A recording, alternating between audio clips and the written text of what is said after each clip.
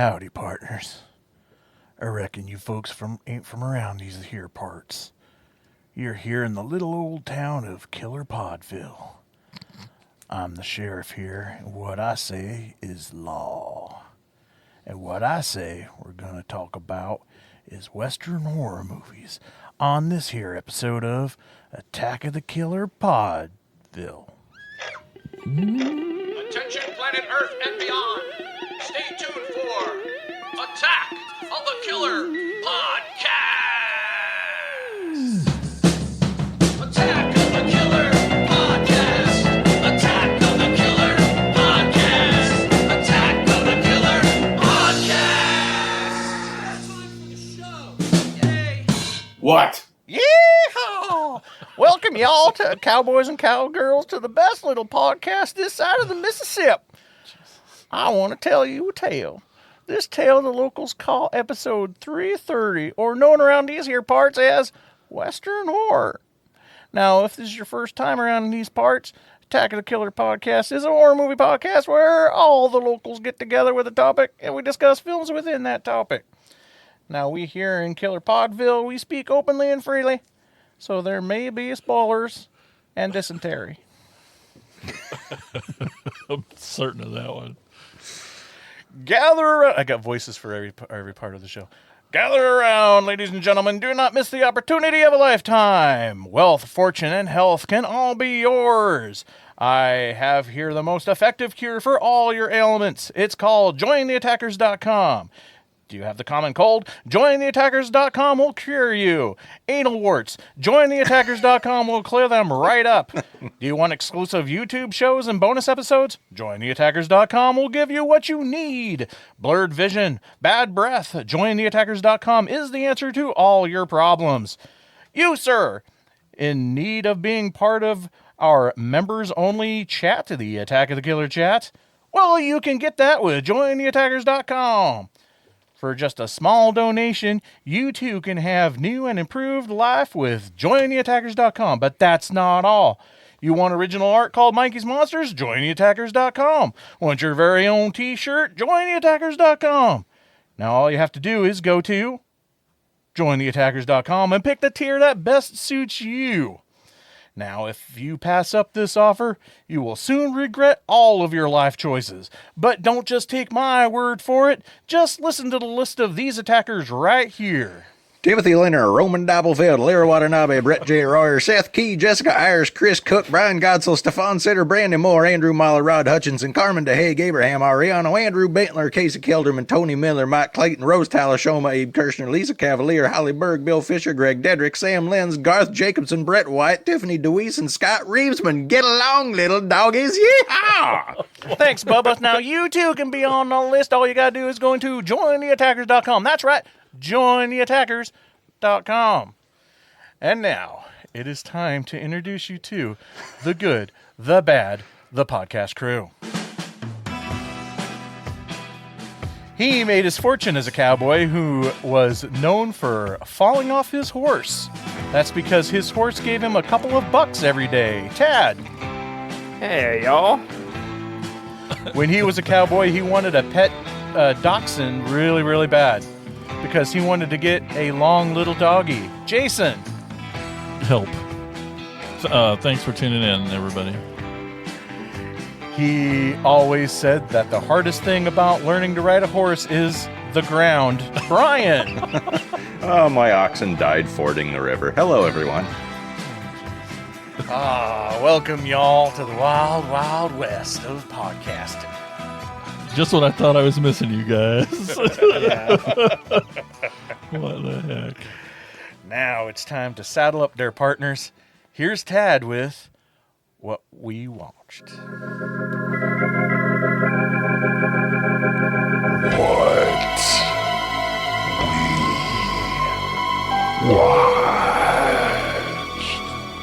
Now, what y'all might not know, Let's just keep this going through the whole I'm not going to keep this going. We have not recorded in just about a month now, so I'm expecting this to go a little bit longer than our normal what we watched, or maybe not. Maybe you actually spent time with your loved ones and didn't just watch a bunch of movies like I did.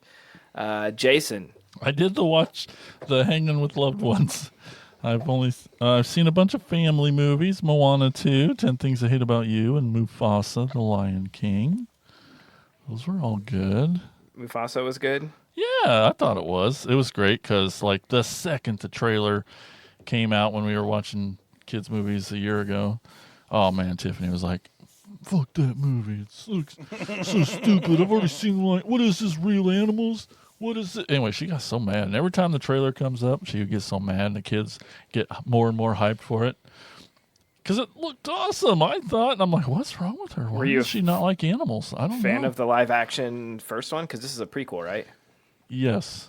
You know they're still just animated, right? I know this, and that's what I wanted to tell her, but she's punches really hard, so I don't say those things too often. But I have a feeling you might get punched here again. I know she's within arm's reach. She You must be really close because she has short arms.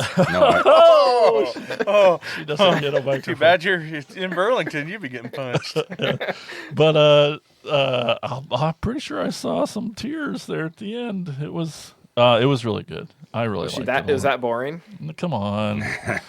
Then we watched Home Alone on Christmas or Christmas Eve. That was fun. The whole family was all together watching. First time watch, I assume? No. No, they all quoting the shit out of it. It was awesome. On New Year's Eve, we watched Your Friend Nate Bargatze, a new comedy special on Netflix, his third one on Netflix. It was freaking great. But those are all kind of just fluff things after on my birthday yesterday. Yeah, it was yesterday. Fuck. Old age, man. We went and no. Welcome to the club. Oh God, we went and saw Nosferatu in the theater, and oh my goodness. Yes, speaking of old guys. Speaking of old, I almost said dongs, but I didn't. So thank goodness I didn't. Right? Nosferatu. Robert Eggers did though. No, I totally did it. Robert Eggers' new movie. Guy's a genius. This movie's brilliant. It's a masterpiece. I don't care what you say. I loved it. So it was great. Did y'all get to see it yet? I think everyone but Mike, maybe. Everybody but Mike. Everybody but me, as always. Yep. So we'll get to talking about it sometime. Yes, Ferratu. That's right. Thank you. Hey, and that's what I watched. All right. Now, since we know he didn't watch Nosferatu, what else have you watched, Mike? Man, we should have just made this what our all of our Christmas movies were. Oh, yeah. Yeah. I can throw that out real quick. So we started the day off with Black Christmas, the OG Black Christmas. We figured we'd set the Christmas mood while opening presents. So what better way to do that than put on right the original Black Christmas? Oof. And then, God, what did we watch after that? Oh, we watched Krampus. And then, Brandy had to go to work, so we took a break from watching movies, and I watched one on my own that I'll get to here in a minute, and then but then we cannot go Christmas without Simon and I watching Elf, so we finished off with Elf. Mm-hmm. Well, actually, we didn't finish off with Elf because we then watch Elves. We should. No, we should. We finished off with there's a really cool MST3K special I found on Tubi. The movie they watch is The Christmas Dragon, and it's a special they must have done recently because it was part of season 13.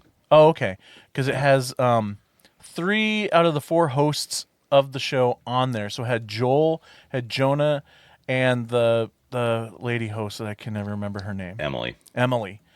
So I thought it was a lot of fun. It was really, really cool. It was bummer there was no Mike, but they did give a really nice nod to Mike towards the end of the episode. So was that the end of the 13th season then or something? Because they kind of set up like a whole new direction. Yeah. Okay. Yeah, I think that was the last episode. Okay. So what I really wanted to talk about for what we watched, the one I watched on my own while Simon was playing all of his brand new video games, I watched Yule Log 2 Branching Out. Yes. I'm sad I haven't seen it yet. Oh, man. Directed by Casper Kelly, the director of Yule Log, the first one from, what was it, last year? 2 years ago? I don't remember. Also the director of Too Many Cooks. So good. Oh man, it's great because it's so good because it's a sequel in the truest form, like the survivor of the last movie. It's just like having nightmares, and his life is like she doesn't ever want to go out or anything. She's just afraid that the log is going to show up. So her friend talks her into going on a road trip, and it gets really meta because they talk about literally leaving the movie and going into a Hallmark movie. So they end up in this small town where in this film they do a parody of all the Hallmark Lifetime movie tropes. There's like a scene she's walking down the street of this small town, and about every 4 or 5 feet she runs face first and falls on her butt, runs face first into some local hunk, like the firemen. And so it's like 6 or 7 mute cutes by the time she just finally like runs and hides inside a store. What's great about her character is that because she's anticipating the log showing back up, she's literally carrying an axe with her throughout the entire movie. Like she meets this guy and goes to his house and have dinner, and she's still just holding her axe the whole time.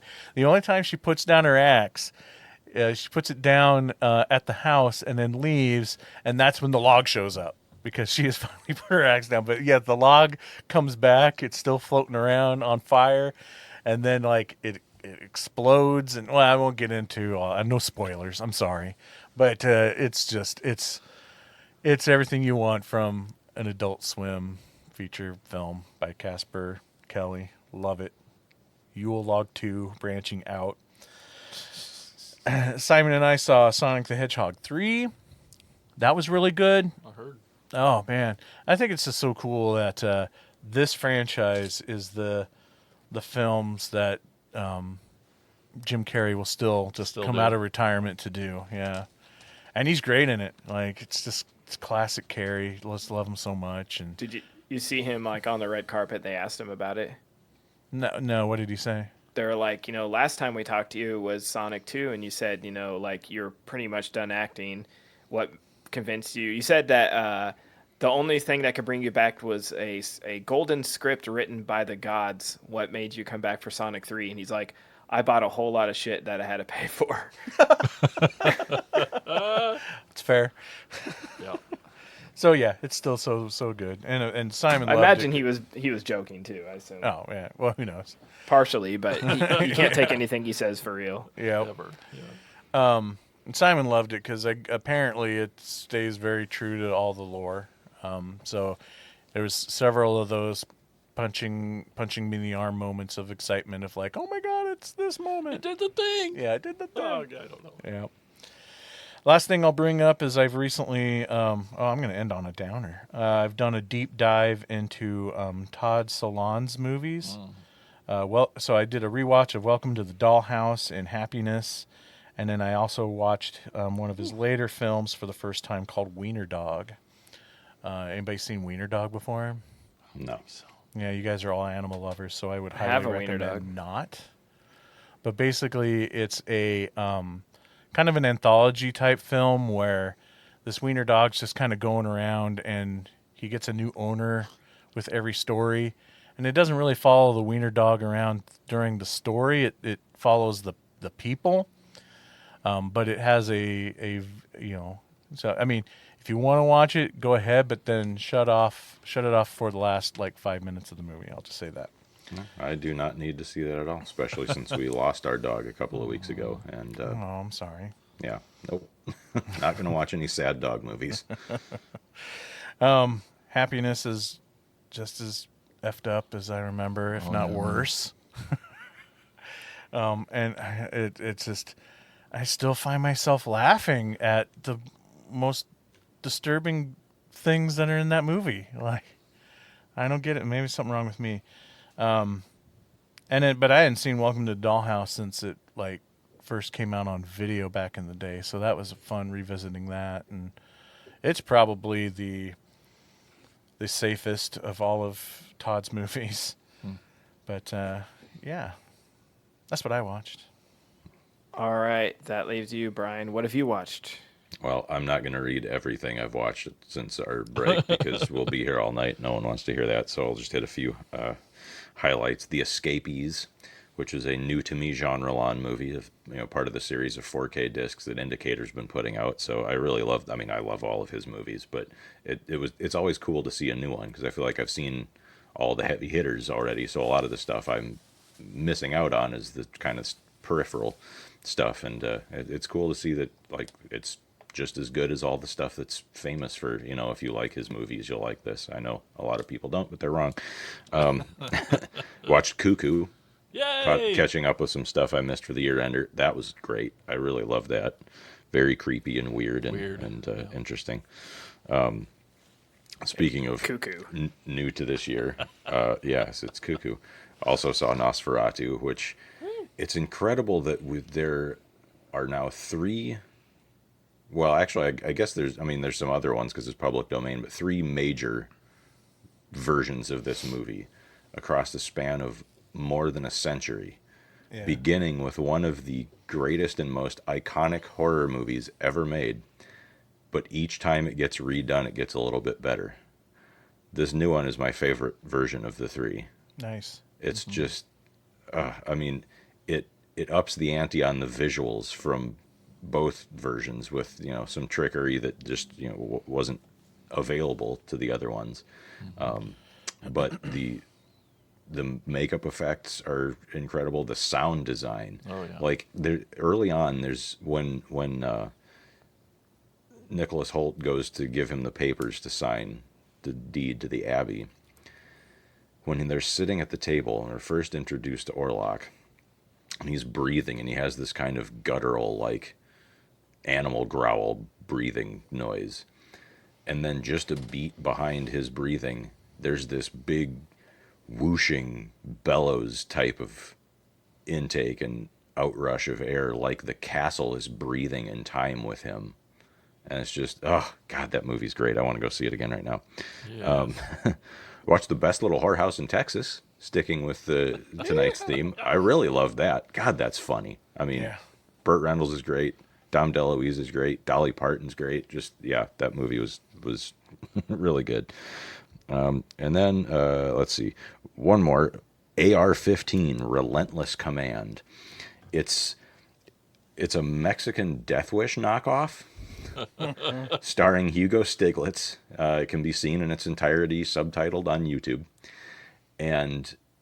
But it takes a weird turn where it becomes not just Death Wish, but takes on an element of Psycho as well. You just have to see it. Man, I'm but sold. it's a wackadoodle, low budget, grimy action movie from the 80s. And and then it gets kind of weird at the end, but it's a lot of fun. So, hey, Tad, have you watched anything? I have. In the spirit of the other 2, I'm just going to go through my list of Christmas movies, and then I'll get to the good stuff. I watched Black Christmas 74, Silent Night, Deadly Night, Better Watch Out, Christmas Vacation, The Santa Claus, Home Alone 2, Krampus, It's a Wonderful Life, Rare Exports, Eyes Wide Shut, and Urkel Save Santa, the movie.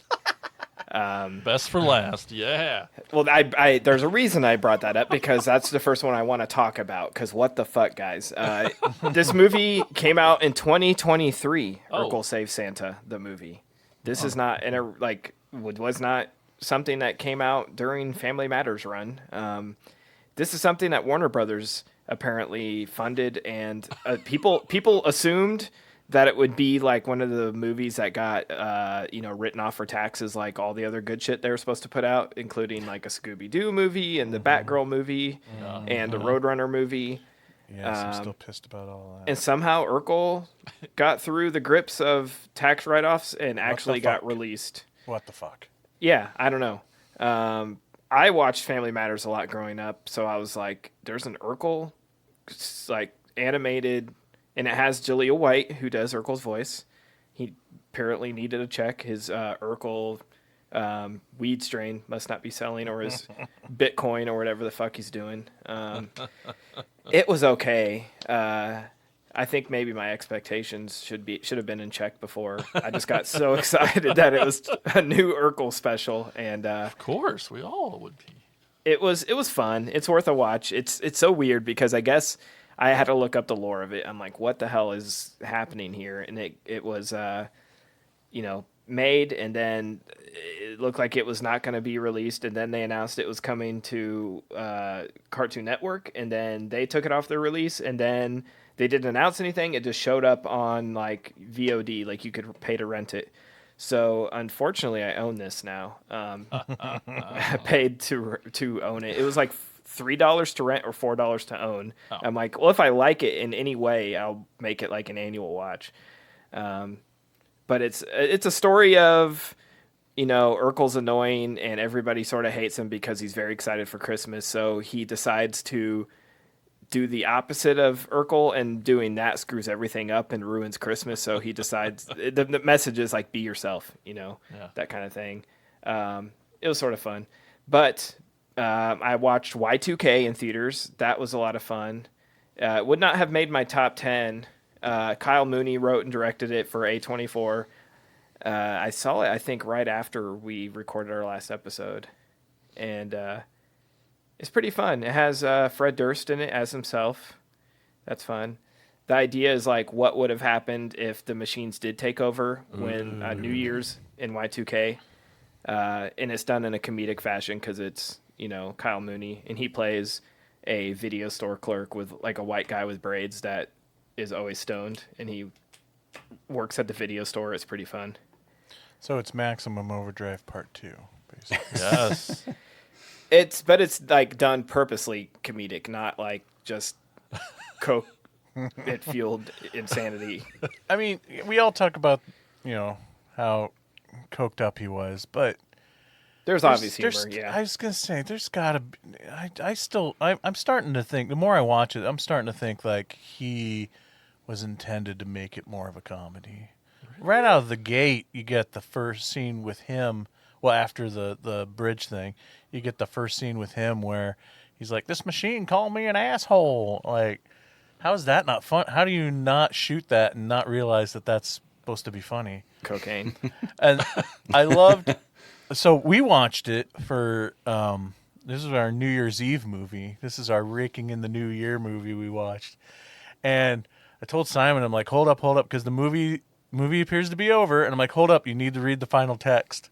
And when it pops up about the alien spacecraft that gets blown up by a Russian satellite, he's like, what?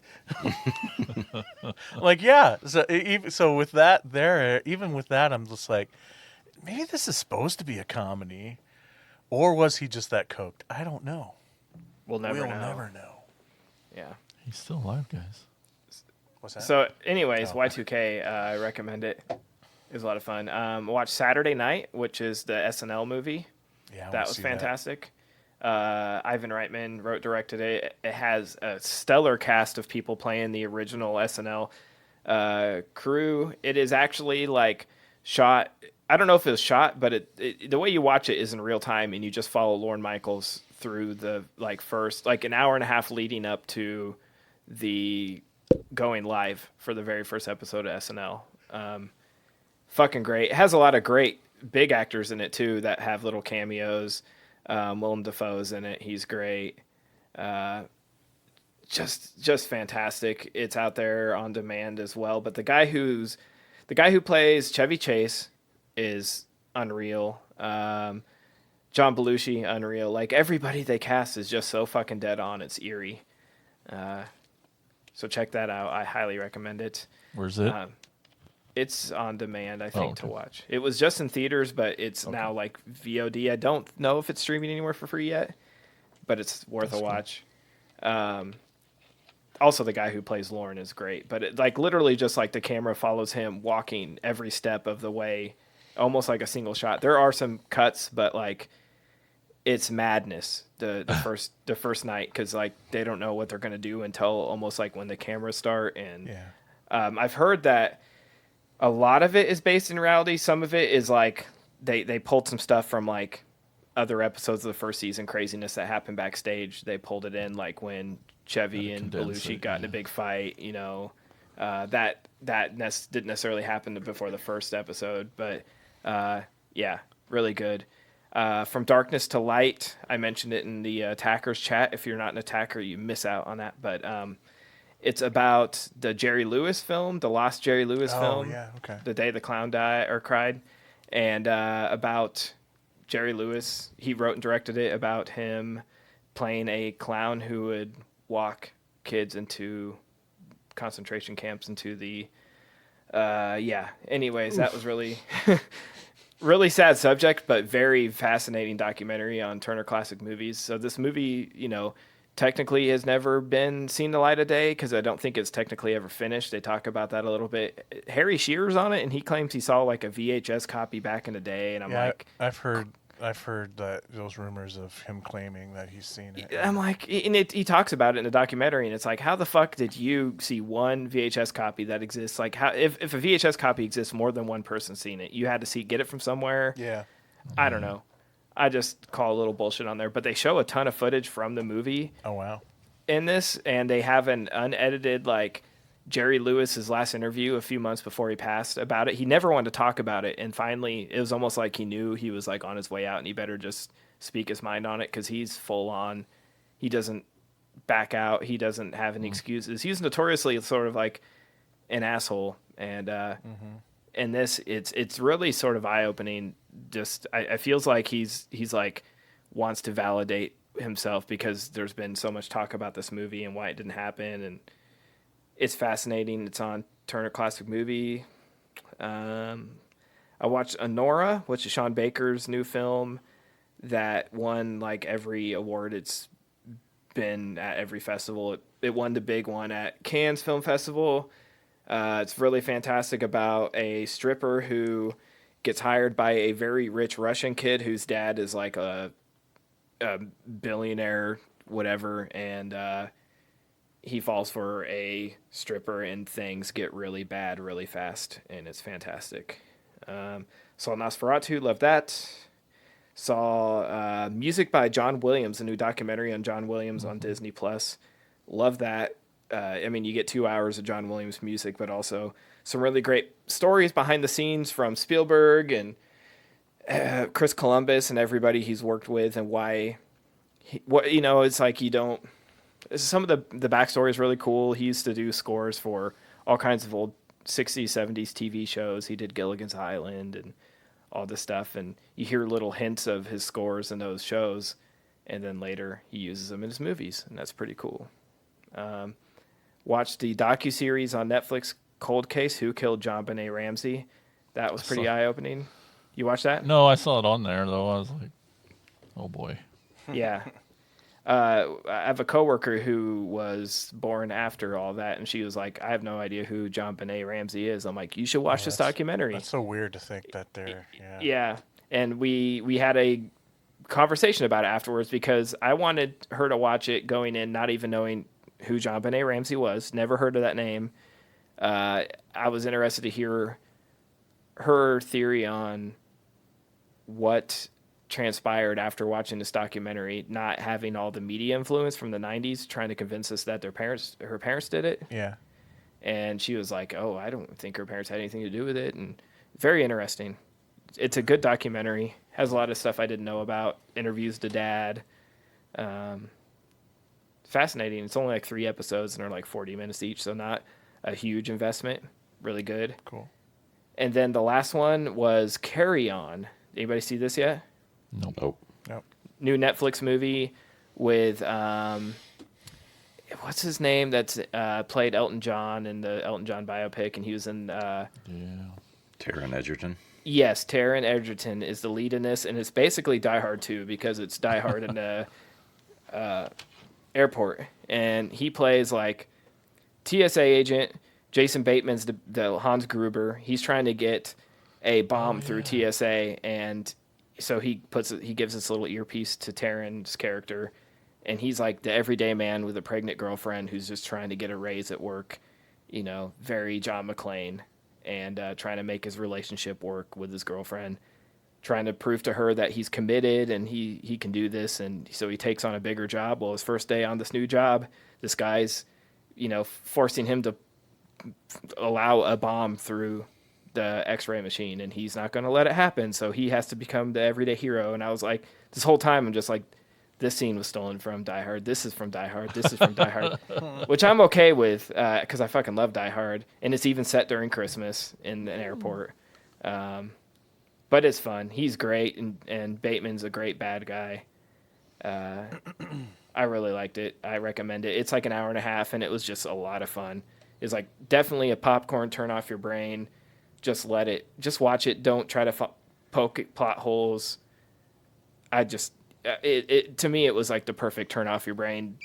After, it's like the opposite of Nosferatu, where it's like this big, beautiful, great sound and visuals and well-written dialogue, and Carry On's just like so simple.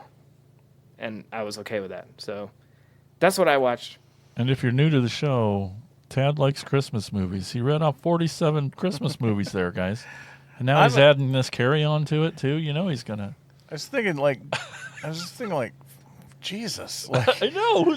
please tell me that was the whole season and not just Christmas Day. I forgot Nutcrackers, Dear Santa, and gosh. and It's a Wonderful Knife was on Joe Bob. And what was the other one? There was another Christmas movie. Oh, The Sacrifice Game, which was a first-time watch I really liked.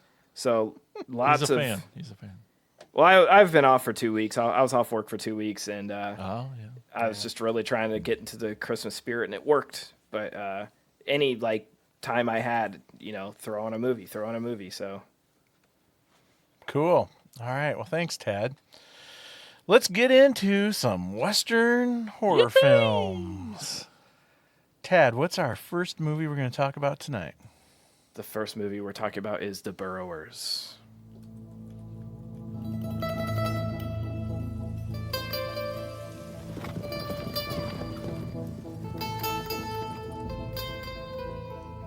Indians. They killed. They took Marianne, took the whole family. What kind of weapon makes a wound like that? We'll find him. We don't quit. We don't sleep. Looks like you found yourself a hole in the ground there, Will. What do you think, cowboy? I don't know. Another right there. This is something we ain't seen before. Who takes men and horses and leaves the valuables to rot? Well, copy. He says another tribe, miners. He didn't say miners. He used the word for when animals dig. Burrow, maybe.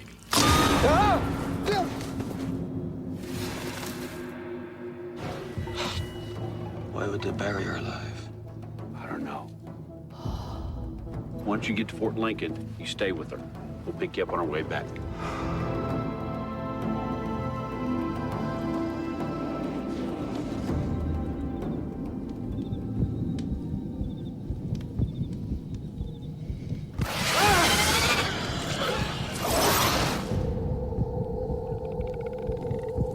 You hear it? They're all around us.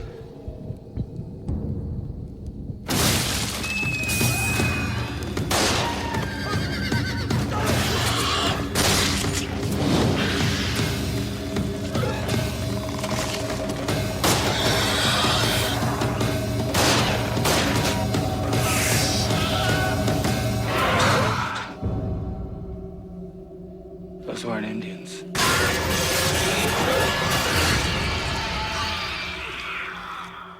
A band of courageous men set out to find and recover a family of settlers that have mysteriously vanished from their home.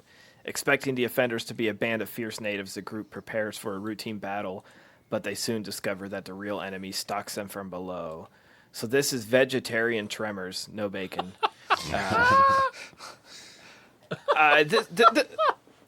This is pretty fun. I mean, you get a Western with monsters. You have, only a good handful of them. Feast and Tremors and, I don't know, Brian can probably name off another dozen. But this is the only modern one on our episode today, spoiler. And anything that has Clancy Brown, I'm in. I fucking love that guy. He elevates any movie. This was good production value, well acted. But knowing the title and sort of, I didn't even watch the trailer and I sort of just knew what was coming. Like, we're getting these monsters that are going to pull them under. Had some good, like, these cowboys hating on the natives, thinking they're doing it. Turns out it's not, and they're fucked because they got these Burrowers. Right. They try to lead you to believe it's a tribe or something that didn't last too long. No, but I mean, like I said, anything Clancy Brown is in, it can't be that voice. bad. Yeah, he's just fucking cool, and putting him in a Western is even cooler. I'm not a huge Western fan, so like, you throw in monsters, it makes it a little more enticing for me. So I think I did like this one. I probably would not rewatch it, but I thought it had some pretty decent acting in it, and I said like the set design and the production value was pretty decent. What'd you guys think?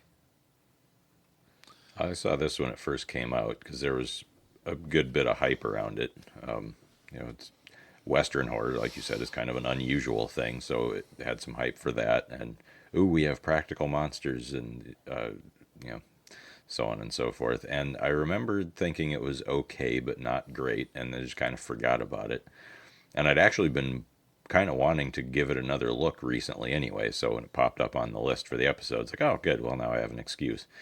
And I feel about the same as I did the first time. There's a pretty great movie somewhere inside this fairly good one. And I think I figured out what I remember not quite being able to figure out why I didn't like it more, because it seems like I should have loved it. And I think it's the way it's edited. Like, it seems kind of disjointed. There's something wrong about the way it flows, that it just seems to kind of meander from place to place without really ever making you feel this drive to push the story along, if that makes sense. But the monsters are interesting. I like the idea that, open prairie, unexplored largely at this point. There's this species out there that's evolved to be sort of ambush predators to bison. And then all the white men come and kill all the bison, so they turn to the next largest food source available to them, which is people. They kind of look like the inseminator creature from Extro. Yeah, Like, I can see that. Yeah, I mean, and their faces look like buttholes. I can see that. Yeah. I thought their physiognomy didn't make any sense for a burrowing creature, and I bothered remember me a lot. like the way, like, but Why then the I hind noticed legs so big. right, and that's, I still don't understand how they accommodate those big ass grasshopper legs underground. It makes no sense because their knees go up too high above. But I did notice on this watch something that I don't remember catching the first time, that they have a set of smaller legs kind of running down their torsos. So I assume what happens is they dig with their big kind of shovel-shaped front claws, and then those little legs pass the dirt along their sides to the back where the big legs can kick it away from them. So in that vein, it makes sense. But again, how do they fit the big legs? But whatever, that seems like a weird nitpick. But when the movie doesn't really engage you that much, you kind of have no choice but to start picking apart the things that don't make any sense. Right, that was my one big complaint. Is just sort of there's parts where were dragging for me. Oh yeah, same here. It really kind of dragged in a lot, and again, like you guys are saying, knowing that you can kind of figure out what's coming before you even see the movie, you're just kind of sitting there waiting for that stuff to, happen. So, yeah, this one, I mean, it's okay. I've known about it for years, and never looked very interesting to me, and I guess I was right. For me, I actually like Westerns a lot, but for me, I thought it was the writing. Like, a lot of the storylines didn't pan out well, or at all. Like, the opening of the movie and this girl, like, it just becomes an afterthought by the time we get to the end. Like, oh, she's dead because her necklace thing's on this chain, and it's just like, oh well. Or the boy who takes that girl back, and like, he shows up kind of at the credits. You're just like, were we supposed to care about these people? Even Clancy Brown, sorry, but like, people just died too easy. just too randomly and too easy, and it just felt like storylines did not pan out well. So for me, it was just the writing just could have really used some more work. Because in general, I think the storyline's neat. And then that Henry Victor guy, the big bad general dude, you're like, yeah, you're an a-hole, and then you disappear for the last half of the movie, but then you show up again, and you're like, oh yeah, well, are you bad, or what's, so that to me made it feel that disjointed, that choppiness in the story as well as the editing, and I nitpicked way hard on the grasshopper legs. I was just like, how are they even, what are they kicking with? How does that even?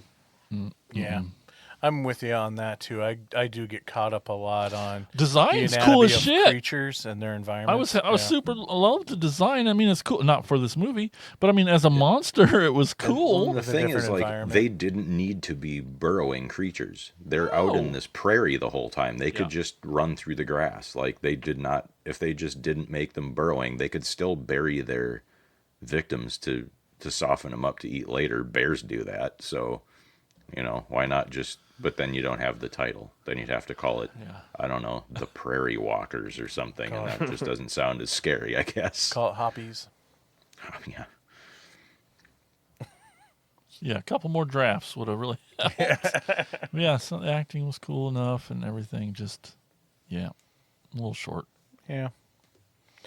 Any trivia on this one, Tad? Yeah, actually, it's funny that Brian sort of led me to that. J.T. Petty, the writer-director, wrote the first draft of the script, originally titled 10,000 Little Indians, around 2002. That doesn't make the movie, the creatures make any more sense, but, it wasn't. What did you say? Prairie Walkers? Yeah. I mean, that's not a good title either. I was just... Funny that continuing our discussion, the look of the creatures evolved over 3 years of concept sketches. It took them 3 years of sketches to come up with something that couldn't. It took them 3 years of sketches to rip off something from a movie that was made 30 years before this one and done better. And it was shot in 23 days in New Mexico with a few days of reshoots in Los Angeles. That's what I have for trivia. Okay, yeah. And just like the movie, the trivia is very underwhelming. Yep. The movie is not interesting, and neither is the story behind it. All right. Yep, sadly so. Okay, so moving on to the next one. This is the one I'm kind of the most nervous about discussing. Brian, what's next? Next up is And God Said to Cain. And so this I could only find this trailer in German. So yes. Prepare yourselves for that next 3 minutes. Enjoy. Scheiße in Jochen. Haben Sie richtig. Ich habe das Zuchthaus im Blut. 10 Jahre im Steinbruch, da meißelt sich jeder Schlag mit der Spitzhacke ins Hirn. Jeder Tropfen Schweiß brennt für ewig auf der Haut. Brennt und das Gefühl der Rache wird größer und größer. 10 Jahre lang, 10 unendliche Jahre, und die Rache wartet darauf, freigelassen zu werden. Und jetzt ist sie frei und hat zum ersten Mal zugeschlagen. Jim ist tot. Und seine Brüder werden wie er sterben. Ob es das Gesetz erlaubt oder nicht, ich werde meine Rechnung nach 10 Jahren präsentieren. Und diese Rechnung kassieren. Ich habe im Steinbruch genau Buch geführt. Was jetzt kommt, ist nur noch die Bilanz. Bilanz für jeden Monat meines Lebens, den ich bei mir abgebucht habe.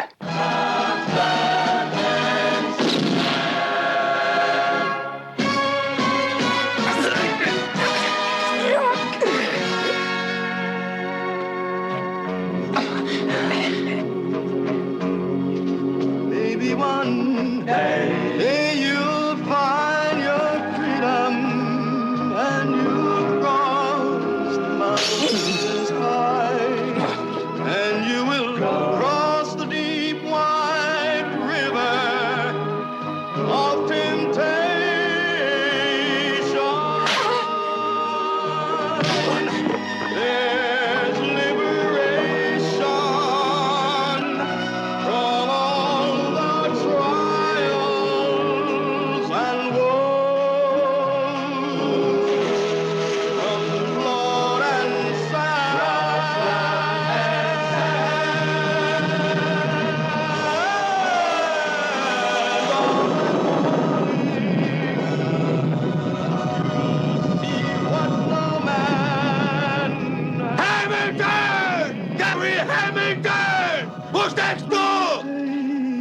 the judge.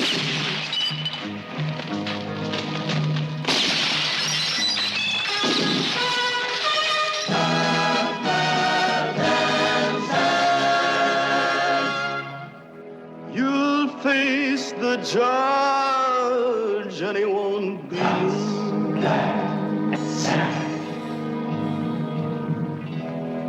You'll face the judge and he won't be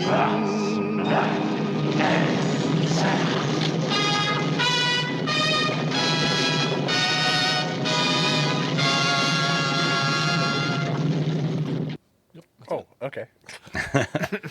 That song is great, by the way. Can we just listen to the song again? Anyway.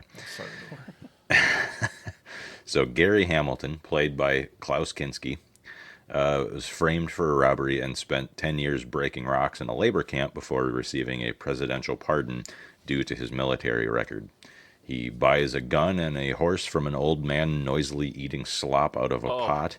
And the sound effects in that were something else.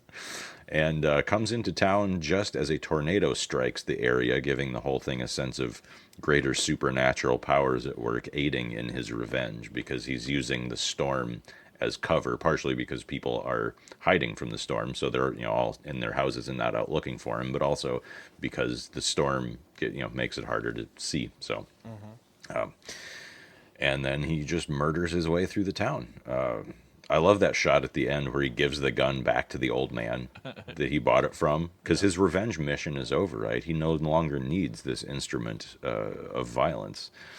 It's really weird to see Klaus Kinski playing a hero, kind of a hero. I mean, yes, he's murdering the shit out of like several dozen people, but it's justified. They're assholes. But it's so weird to hear a different voice coming out of his mouth. And I'm judging from that trailer, I'm guessing he did get to do his own German dubbing, because that definitely sounded like him. More like him, yeah. But yeah, the voice, and I get, if you're going to get an English-speaking dub, you might as well get someone without the German accent, because that would just make it I'll tell you what, weirder. it helped me, because I've gotten to the point in my life where I cannot watch Klaus Kinski movies anymore, just because... Is it because he's gross? Because the man, destroys the art, in this situation. Yeah. I just cannot. And the fact that first of all, it's such a subdued performance compared to the latter half of his career. Yeah. And that it's not his voice really helped disconnect him from this movie for me. I mean, I listen to black metal, so I'm pretty good at separating art from the artist, so that doesn't really bother me so much. But yeah, he's pretty awful. Usually I remember the one too, time but, I broke the show talking about him when I was on with Tad and Andy. Yep. But, usually I can too, but also it felt like more of his personality and who he was came out in his characters in the later half of his career. You know what I'm saying? Well, yeah, when he's playing so much crazy more sleazebags. So so it's just like, man, I just know that's him, so I can't. Yeah. I just can't. And it's not really horror. It has some gothic and slasher elements if you kind of tilt your head and squint and look at it through a tornado. But it's the only way. So do you guys wonder what exactly it was that God said to Cain? Because I'm going to tell you. Please do. Then the Lord said to Cain, "Why are you angry, and why is your countenance fallen? If you do well, will not your countenance be lifted up? And if you do not do well, sin is crouching at the door, and its desire is for you, but you must master it." Cain told Abel, his brother, and it came about when they were in the field that Cain rose up against Abel, his brother, and killed him. And then the Lord said to Cain, "Where is Abel, your brother?" And he said, "I don't know. Am I my brother's keeper?" And the Lord said, "What have you done? The voice of your brother's blood is crying to me from the ground. Now you are cursed from the ground, which has opened its mouth to receive your brother's blood from your hand. When you cultivate the ground, it will no longer yield its strength to you. You will be a vagrant and a wanderer on the earth." Cain said to the Lord, "My punishment is too great to bear. Behold, you have driven me this day from the face of the ground, and from your face I will be hidden, and I will be a vagrant and a wanderer on the earth, and whoever finds me will kill me." So the Lord said to him, "Therefore, whoever kills Cain, vengeance will be taken on him sevenfold." And the Lord appointed a sign for Cain, so that no one finding him would slay him. So Hamilton's leaving town at the end. He's Cain. Cain isn't the guy he came to kill, the guy who we're set up to think is the bad guy. This is Hamilton leaving at the end is Cain traveling into the land of Nod to contemplate his banishment for the rest of his days. Possibly, if we're going to read the more supernatural side of things into this, as an unkillable wanderer like Methuselah. Maybe the violence of his actions have turned him immortal, but not in a way that he's going to benefit from it. He's in exile, and he has to live for eternity with the blood of his deeds on his hands. What do you think about that? Well, I love all that. That's not in... They don't tell me that in the movie. Well, no, that's where critical thinking comes in, Jason. That's... Yeah, but we're the movie credited doesn't on a give me Blu-ray that. as film critics. You know, The movie you doesn't step give it me up. that. It gives me this German guy who can't stop fucking staring at the camera for an hour and a half, just smiling and not. Oh my fuck! I can't stand Klaus Kinski. I get it. Yeah. Like, this movie has the smallest plot in the world, and it's an hour and 40 minutes, and it's like. But Some yeah, cool like I imagery, said, though, like the Yeah. guy who gets hung from the Oh, church for sure. bell. That was neat. There's plenty oh yeah, of and cool when shit. the wind's blowing everything around, and he's sneaking around. the Definitely town, cool shit, like, but yeah. my God, Then, like how I much- said in the group chat to you guys, like immediately when it started, I'm like, yeah, this is something Tarantino's seen 100 times. And, you know, so let me tell you about when God said Cain. Okay, it has Klaus Kinski. I don't know if you know about Klaus Kinski, but I like his Tarantino impression. It's pretty good. he's But just. this movie doesn't have enough feet. Well, I mean, that's why he would take the scenes from this, put it in his movie with bare Yeah. feet. You To know? quote Ted, he says, "I'm approximately 12 seconds into it, and God saved to Cain and said to Cain, and I can tell Tarantino has seen this 200 times." Yeah, it's. I mean, anytime I watch like a western from this era, I just think of Django and how. Yeah, and- Fucking awesome Hateful Django Eight. is. Right. Yeah. But like, yeah, sure, like big zoom ins are great for a while, Yeah. but that's all this movie does is wild zoom ins, and I'm like, sure, it's cool for a while. And the music's fun. Yeah. Yeah, I wasn't kidding about this song. I fucking love the theme song to this. Well, I love it, and I'll tell you guys, this whole episode was based around me finally getting to watch this movie. I heard Oh, about really? it. Yeah. I've Now been we wanting to know. watch this movie for a while, and He's thought, a big like, Klaus Kinski stan, so Well, No. I assume it's more because he is a fellow Antonio Margheriti. yes, assume I that was was going to it. bring up Antonio Yeah. Margheriti. Castle of Blood, Cannibal Apocalypse, which Cannibal Alien Apocalypse from the Deep. Yep. Your. Hell yeah. But Cannibal Apocalypse was also, maybe it was last year. Was the first time I ever saw it. Man, I love that one too so much. So I think Antonio Margheriti's climbing up the ladder on the Italian filmmakers' favorite list quickly. But anyway, no, I really dug this. It definitely very Italian Western, spaghetti Western. But I feel like when it's night and we get to the town, the wind's blowing and all that, then it kind of turned. That's where the horror, I think, comes in, aesthetically anyway, because it really feels like more of Italian Gothic horror from there on out, and just him going around stalking everything, and yeah, it's a simple plot, and maybe if we saw it earlier in life, it would have a better impact, because this plot has been done 1,000 times since. I think of like First Bloods, same plot, and And we've all seen better spaghetti westerns too, so. yeah, sure, I guess. And I just really dug it. I thought there was a lot of really cool stuff in here. Yeah. And as far as any connections to horror, it is. I mean, it just everywhere I looked, I checked, I double checked, I quadruple checked before I programmed this episode, making sure. And everywhere I looked, called it a Western Other horror. people said it. Yeah, IMDb, Letterboxd, you name it, reviews. But anyway, And I think it's there aesthetically, like I said, in when he is actually stalking through the town and murdering people, because then it also kind of feels like a proto slasher as well. Yeah, like Terminator. I mean, it's just like low tech Terminator, right? Yeah, absolutely. Yeah, and I also just love how it just gets straight to the point too. It doesn't linger on anything too long before it gets to it's like, fuck these rocks, let's kill some people. That's right. So, yeah, and again, I'm not a Klaus Kinski fan. I feel like I used to be, but the more I've learned about the man, the more I've seen the latter half of his career, and that last crawl space watching, I don't think we crawl space. No, I can't. I think Brian has broken him for everybody. Crawl space, and what's the Corman sci-fi film that he's in? Brian, do you know? All I'm thinking of is he's in Creature, but that's I don't want that William in my Malone. search history, so I'm not doing that. I should have. Corman Creature movie. I thought it was a Corman film. Or are you thinking of Creature / Titan Find, the Alien ripoff? Maybe. With the creature that sends the little blobs out to turn people into zombies and electrocuted at the end, like in the original The Thing. I think that is it. Yeah. Yeah, that's William Malone's Creature. Yeah. I love that movie. Yeah, but he just skeezes me out in that movie too. It's just like I just feel gross watching him in that movie. And then I've heard interviews with who's the actress in it? Oh, God damn it. There are several, but yes, they all said he was awful. Yeah.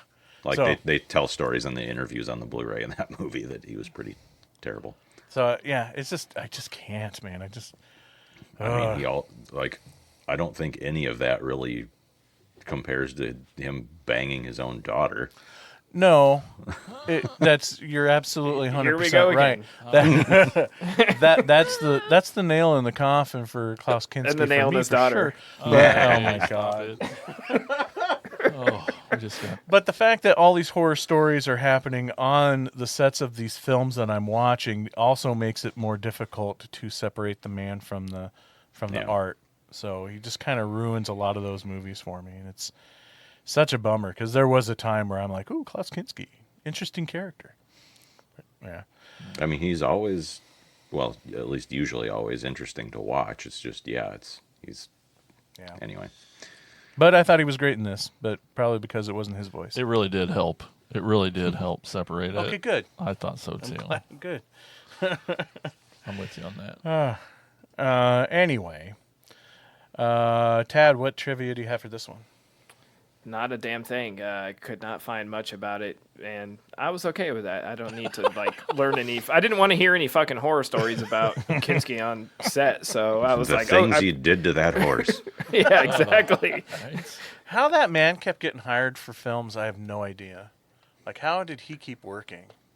Just impeccable talent. Yeah, pretty blue eyes. That voice. No on all of pretty face. Those cheekbones. Can we move on, please? All right, fine. Jason, what's our next movie? Our next film is from 1975. It's called Inn of the Damned. In the tradition of Hitchcock comes the classic suspense thriller, Inn of the Damned. A big picture set in a big country. A desolate trail leads to a dwelling of mystery.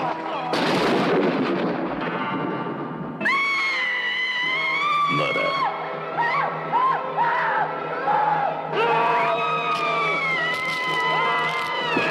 And madness.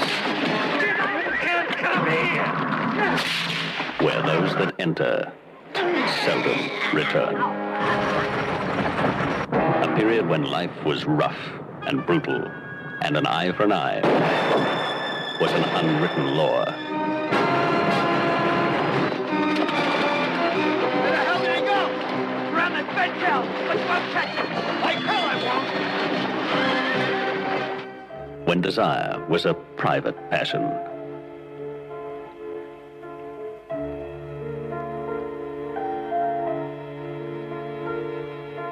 And secrets were guarded with a vengeance.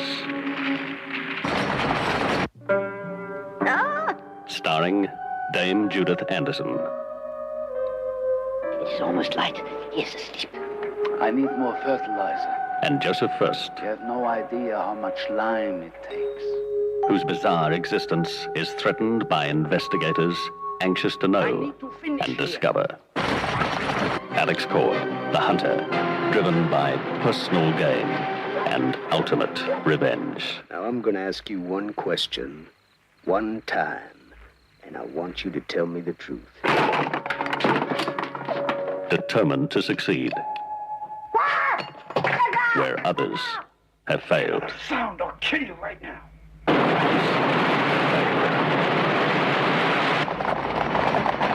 Tony Bonner, We are particularly interested in a Mr. Cummings. the trooper, An Englishman. Former SA man, well dressed, well spoken. He was to pass by here. who followed the book of rules at his own expense. Michael Craig, the farmer, Blow your damn head off! who knew the area and the people only too well. The American? John Mellion He gets his and vote Robert cut. Quilter. What answers do they hold? If we fought, they'd be on to us. No, I'll keep him quiet. What are the sinister secrets that lie within the shadows and behind locked doors, driving the hunted insane? Desperate in their struggle to ward off intruders.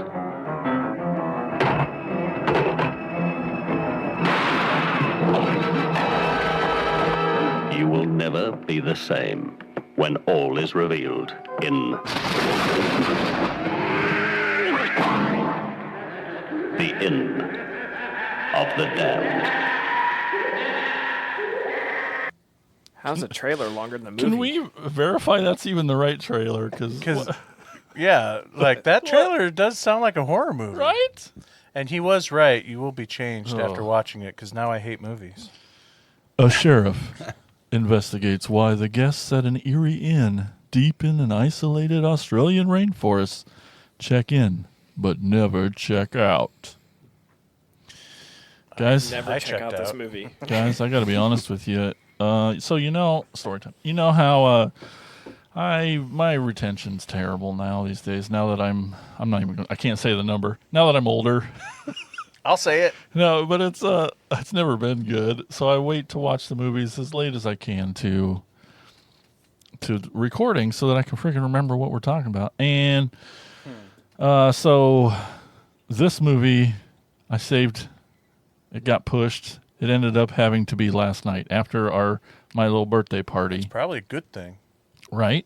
We could have watched it right before the episode and not remember it. I mean, I barely do. So I'll be honest, I'll fess up. I got a half an hour in, and I'm like, I know Tad knows what I mean, but like, I couldn't not get on my phone. Like, I couldn't. and then I just had no fucking idea what was going on at all. I was so checked out of this movie, I didn't finish it, guys. I'm sorry, I didn't go back. I made it 45 minutes maybe, and I'm just like, I don't even know. That's not even way to end halfway your in. birthday. Yeah, and it was my birthday. I was almost mad at you guys for and then 2 hours. Oh my god, I couldn't. Two I was freaking hours. As I'm soon as not I saw doing that it. running time, I'm like, oh my god, what What have did I done? do? I mean, it would have been easy to cut at least half an hour out of this. Like, all the stuff with the surprise stepmom porn isn't as new as you think it is. Right. I couldn't sequence. They could have just done away with that. I couldn't whole thing. watch any more of that bad dude's mouth area as he eats and his lips, and I'm just like, fuck this. So sorry, guys, but what did it get better? No. No. And I did the right thing. I just want to apologize for everybody because I thought I was picking Western horror movies. I don't know what this is, but Well, it is supposed to be like a Hitchcock movie. That's how it was sold. Is the Australian trailer? Hitchcock? Yeah, they mentioned the trailer. So, they mention it. The writer director, he talks about it as spoiler on the trivia. Writer, producer, director Terry Burke once described this as Hitchcock on horseback. Wrong. no. Fired. It's more like Hitchback on horsecock. That's closer. But see, when I found this movie on several lists, Right, we're not Western blaming horror you. movies, I'll take the blame. No, but still, this is like, bad. I mean, vet this shit, man. You could have asked Yeah, but me. you're right. That poster. But yeah, I was just gonna say, you should pull it up and send it to the guys. But I remember it. when I saw the title, and I looked, I'm like, I even remember this box cover on the video store shelves of every horror movie section of every freaking. Sure. And look at that! It's just There's it's a lightning. freaking. There's ghosts. There's like a zombie cowboy on the freaking cover with an axe. What the hell? I want to see that movie. And the thing is, I was trying so hard because it's like, oh my god, I picked this, so I'm trying so hard. Oh to God, I've enjoy never this seen movie. that poster image before. Yeah, that totally. Isn't that cool. Yeah. Much better movie. And when I don't even know who's who in this. I don't even care. But like, when that final guy goes to the end and he starts seeing, I'm like, okay, now it's the actual horror movie style music kicks in with whatever Western twangy music is going on. Apple Dumpling Gang soundtrack is going on in the first half of the fucking movie. And then it starts getting into the creepy music. I'm like, okay, here we go. And then it's such a limp dick ending when they go. It's like, don't go into that room or the basement or whatever, where the children are supposed to be and whatnot. And then it's just like, oh, there's a painting. And that's the implication. Like, yeah, they died somehow, and it drove the old woman nuts, and the old guy is.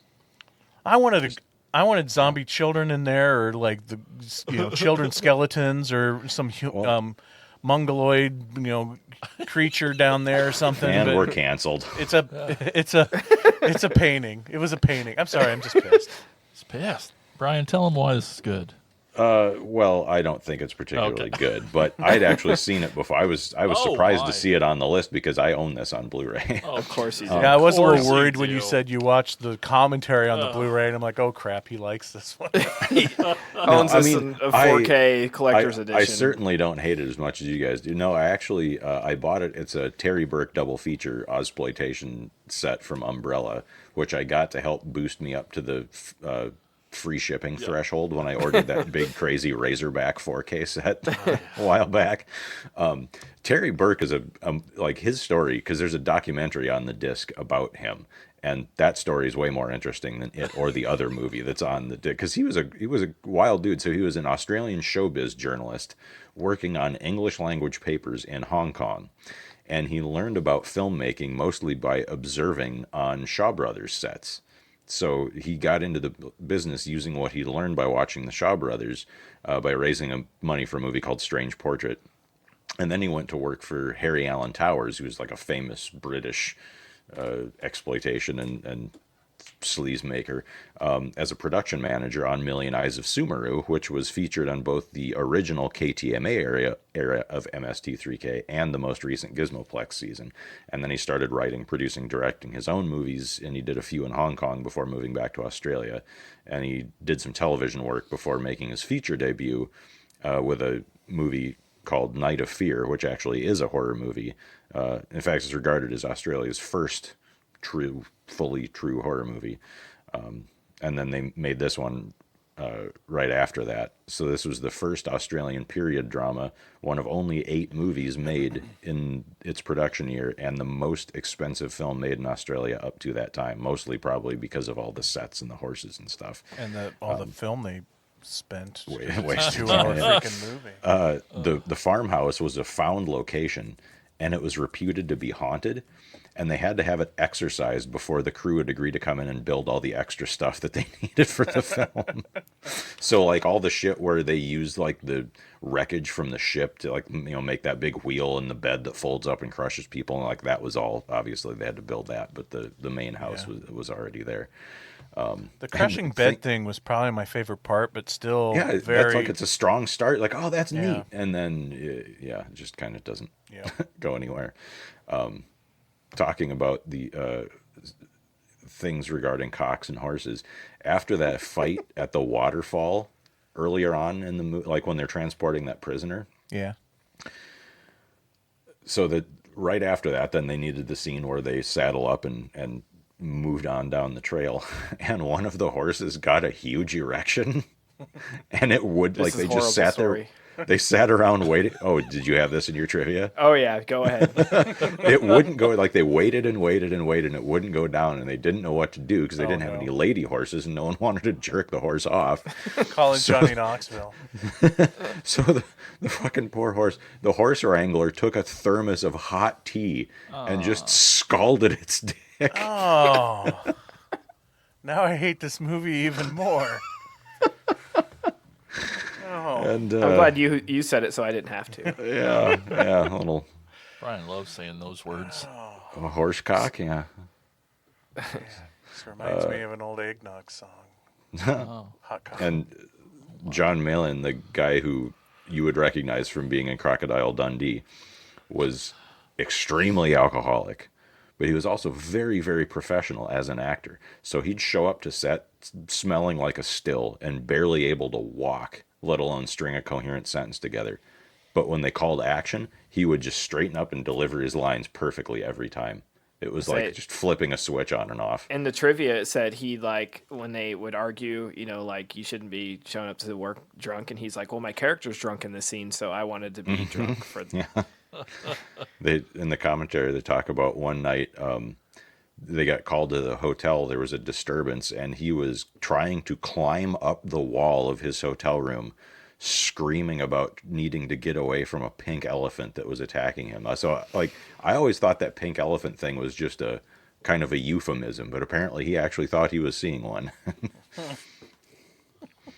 Is he drunk or schizophrenic or both? Well, maybe both. Good actor, though. I mean, he's probably the best part of the movie, him and his cute dog. Yeah. That poor dog, I'm like, no, don't kill it.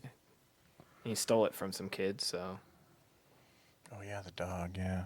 Yeah.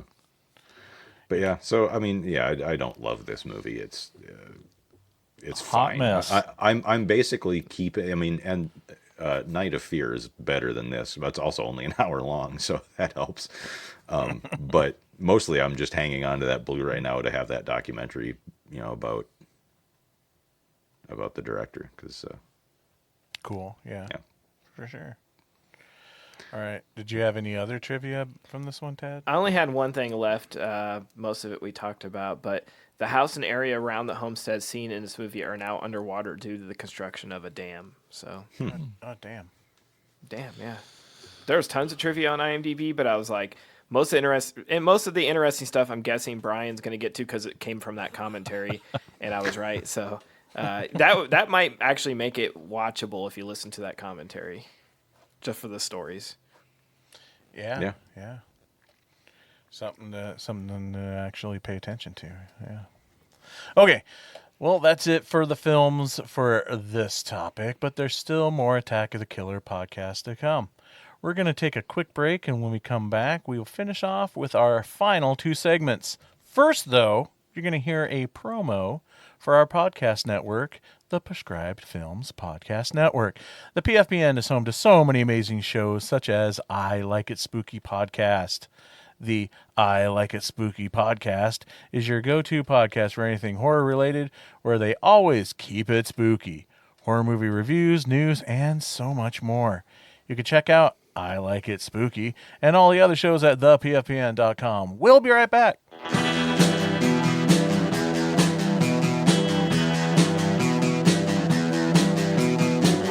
You're listening to the Prescribed Films Podcast Network, home to hundreds of hours of free podcast entertainment.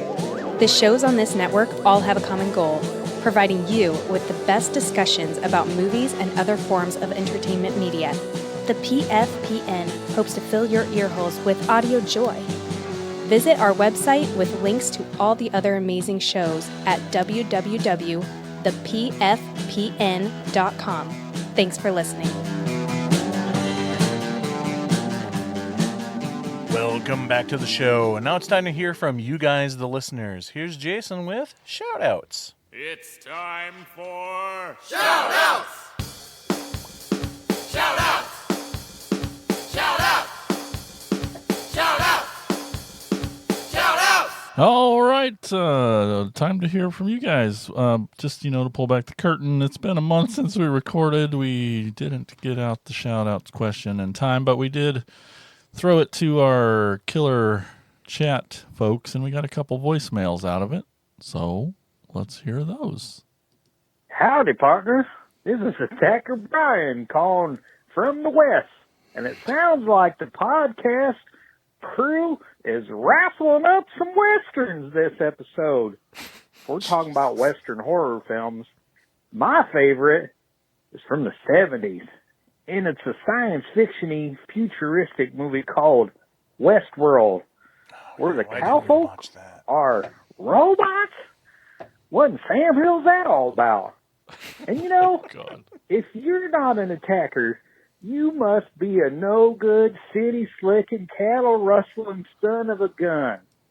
So get over and sign up to be an attacker. Or else. We'll treat you like them people that bring salsa from New York City and get a rope. Bye. Oh, my goodness. All right, we got one more. Let me find it here. It's from Hot Rod. Hey, Attacker Rod here. For the first time this year.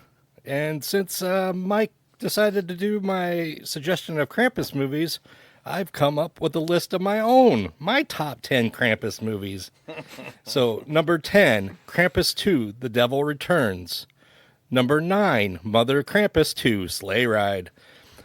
Number 8, Mother Krampus. Number 7, Sister Krampus. Number 6, Krampus the Reckoning. And here's where we get a little bit better. Number 5, Krampus the Christmas Devil. Number 4, Sleigh Bells. Number 3, A Christmas Horror Story. Number 2, Rare Exports. And number 1, Krampus from 2015. Hey, thanks a lot, Mike, for doing my list. I didn't think you would do it. It was just a joke because, I'm a funny guy. Like, funnier than that dude in Missouri. What's his name? Phil? Okay, till next time. Oh, you're welcome, Rod. That's pretty good. Well, all right. You too can leave your voicemail. It's pretty easy. Just give us a call at 415-952-6857 or 415-95-AOTKP. Leave us that voicemail. Get your voice on the show, and that is shout-outs. Home of the deranged, where the slashers and cryptids all play, and where we're never faced with art made in good taste, 'cause the pics are completely insane.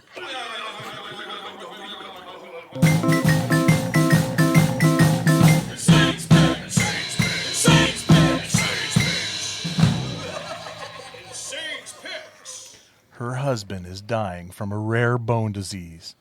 Desperate, she searches for an alternative treatment which leads to grave consequences. Her husband's best friend uses human remains from the morgue where he works to cure his friend. In this insane's picks, Bone Sickness from 2004. Produced, written, directed, and starring Brian Pollan. He's made such great films as Fetus, Cryptic Plasm, At Dawn They Sleep, and the Missy Monday classic, Mummy Raider. Brian plays Thomas, the morgue worker who digs up bodies to steal bones and rotted flesh to feed his dying friend to cure him of his bone sickness. This is another awesome shot-on-video classic, full of gore and gross-out moments. I mean, it's gory as F. It seems to take a while to get going, but once it does, it goes all out with spewing maggots, axes to faces, intestines being pulled out of someone's asshole. Such great stuff. And, of course, zombies for some reason. Yeah. But thank goodness for it. Out of nowhere, the dead rise from the cemetery, and the film just turns into a gore-fest zombie dinner scene as zombies tear everyone apart. Now, it all makes sense when you get towards the end, when the dead explain that they're just pissed because humans were stealing their body parts and eating them, so they thought they would return the favor and do the same. The over-the-top chaos ending is so impressive for a no-budget, shot-on-video, do-it-yourself film. There are car flips, car crashes, crazy stunts of people falling off of the top of cars, fire, explosions, and undead wreaking havoc. Gore galore. Now, if you like Fulci films but feel they have too high a budget and have too much atmosphere, then maybe you should check out Bone Sickness. Nice. That's right. Sounds kind of cool. It actually kind of is. It it gives me the vibe of movies like some of the German stuff that I love so much, like especially like Primatos. Yeah, that one in particular, just with some of that inventive do-it-yourself gore stuff. Just a lot of like flesh ripping and. And how about that song intro from Brian? That was amazing. That was amazing. Awesome. Best song yet. Yes. Good. Oh boy, that's a low bar. No. And if we're saying it, speaking of bones, my favorite Western horror is Bone Tomahawk. I just got to say that. Yeah. Mine. Anybody want to shout out since we didn't have any real shout outs? Near Dark. Near Dark, sure. yeah. We count it. Curse of the Undead. Yeah. Tremors got brought up, but there was an actual one of the sequels took place in the Old West, which is fourth one. Fourth one? Okay, I couldn't remember. Is that the Ass Blasters one? Third one's Ass Blasters. Okay. Yeah. I just wanted to say that. Is that it? I can't think of any other stuff. That's it. 4 other Western horror. I almost thought about doing that Sundown movie. Sundown, the Vampire in Retreat. That one's a lot of fun. Yeah. Yeah, but it was modern, and I kind of wanted to stick with actual westerns, and not like modern westerns. Let's say, does Nope count or Devil's Rejects?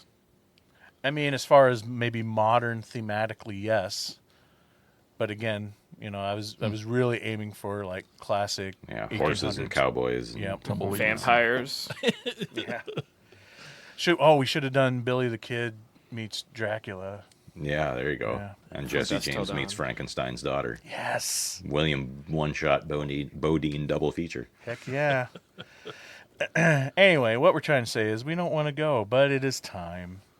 So happy trails to you, my friends. Until we meet again, you could check us out on X, Instagram, YouTube, TikTok, Threads, Facebook, Discord.